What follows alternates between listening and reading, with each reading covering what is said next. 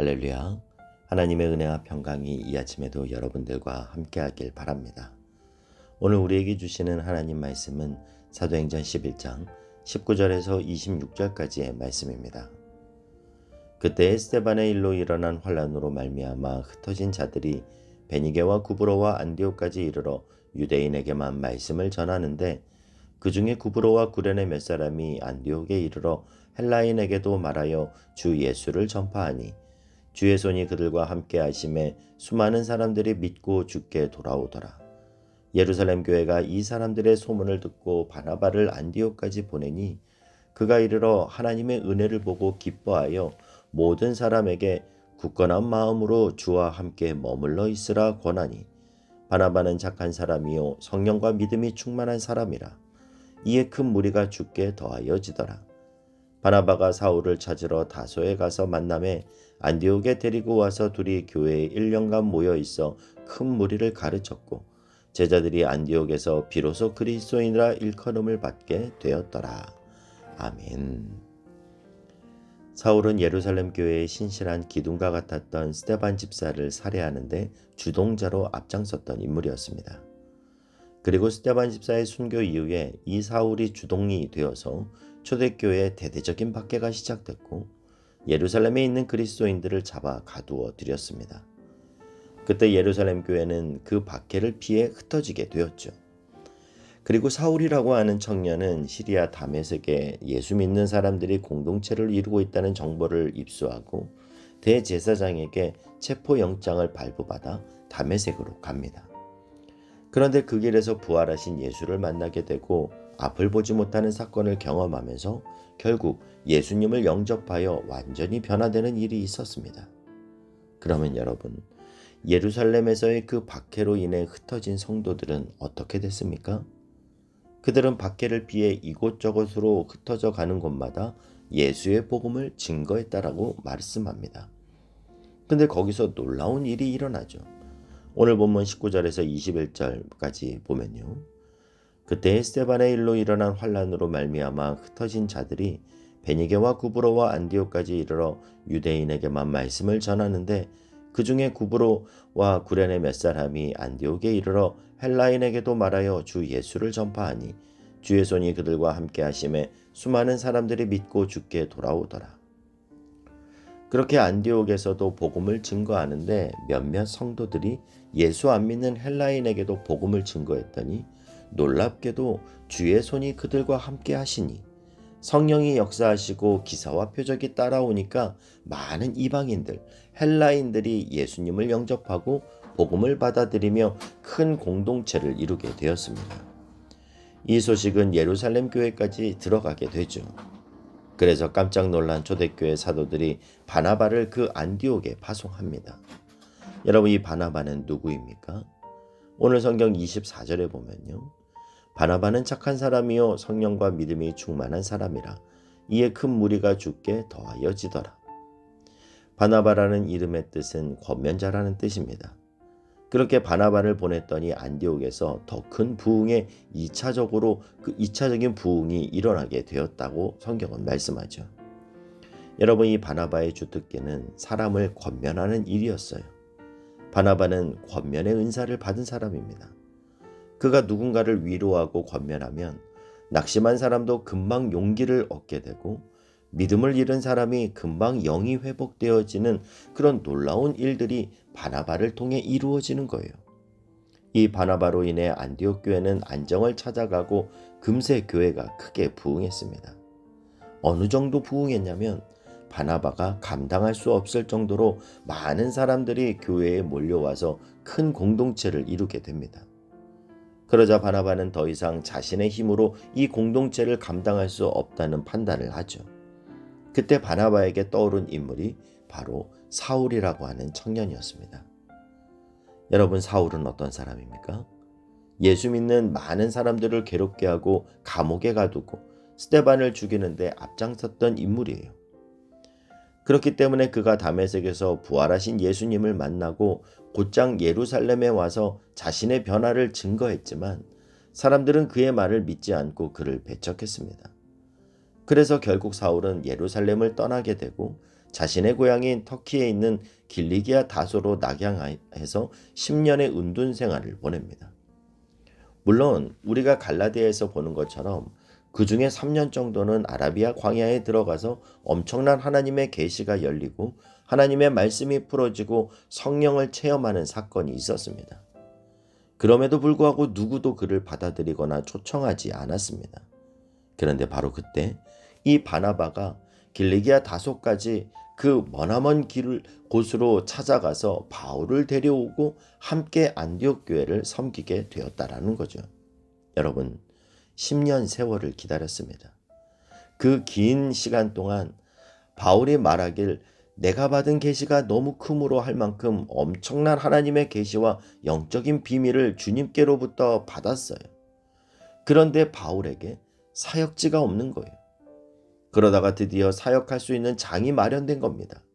이제는 자신 안에 있는 은혜를 쏟아낼 수 있는 그런 환경과 위치가 그에게 주어진 겁니다.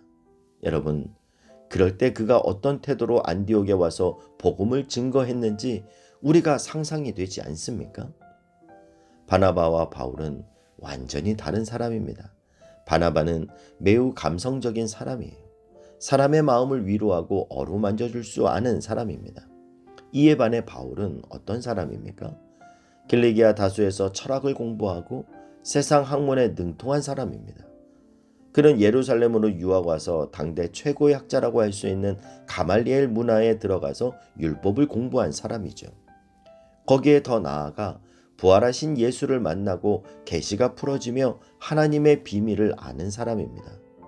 그래서 바울이 복음을 증거했을 때 오늘 성경 25절 26절에서 말하기를 바나바가 사울을 찾으러 다소에 가서 만남에 안디옥에 데리고 와서 둘이 교회에 1년간 모여 있어 큰 무리를 가르쳤고 제자들이 안디옥에서 비로소 그리스도인이라 일컬음을 받게 되었더라.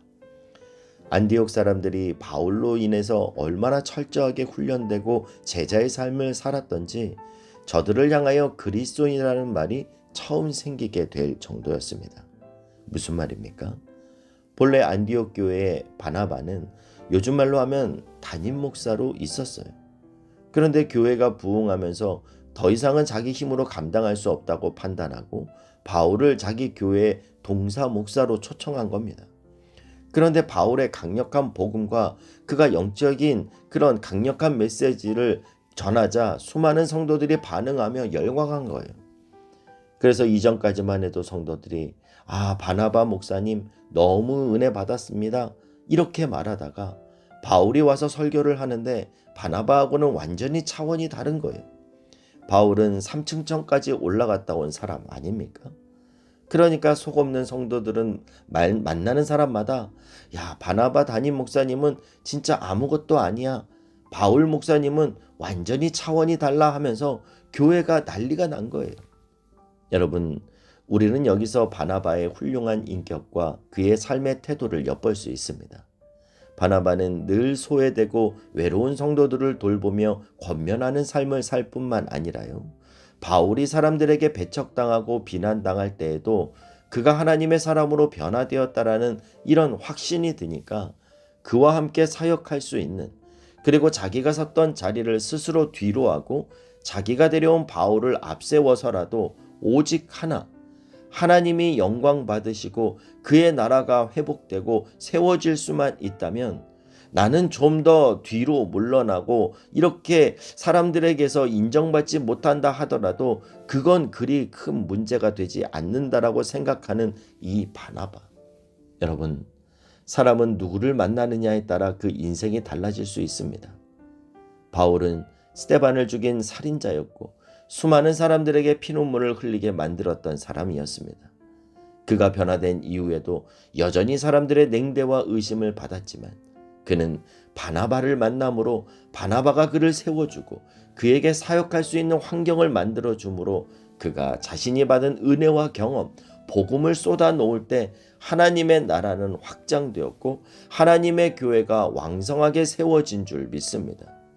저는 우리 주윗교회 가운데 이런 바나바와 같이 낙심해 있는 사람을 일으키고 사람들이 배척하고 비난하고 물리치는 그런 사람을 오히려 찾아내서 그를 세우고 회복시켜 하나님의 형상대로 살아가게 만드는 그런 바나바와 같은 사람이 많이 일어나길 주의 이름으로 축복합니다.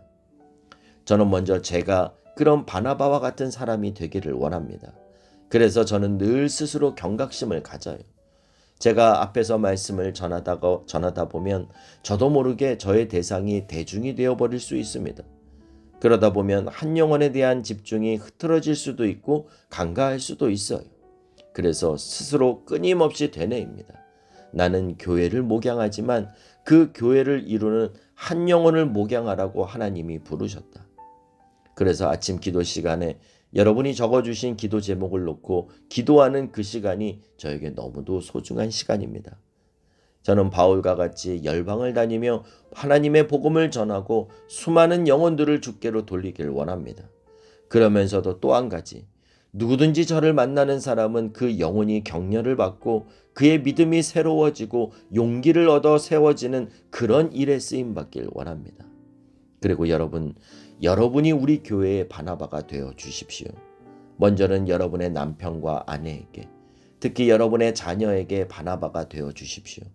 가르치고 고쳐주는 선생님이 되지 마시고 먼저 그의 마음을 헤아려 주고 공감과 경청으로 함께 해주는 사람, 바나바가 되어 주세요.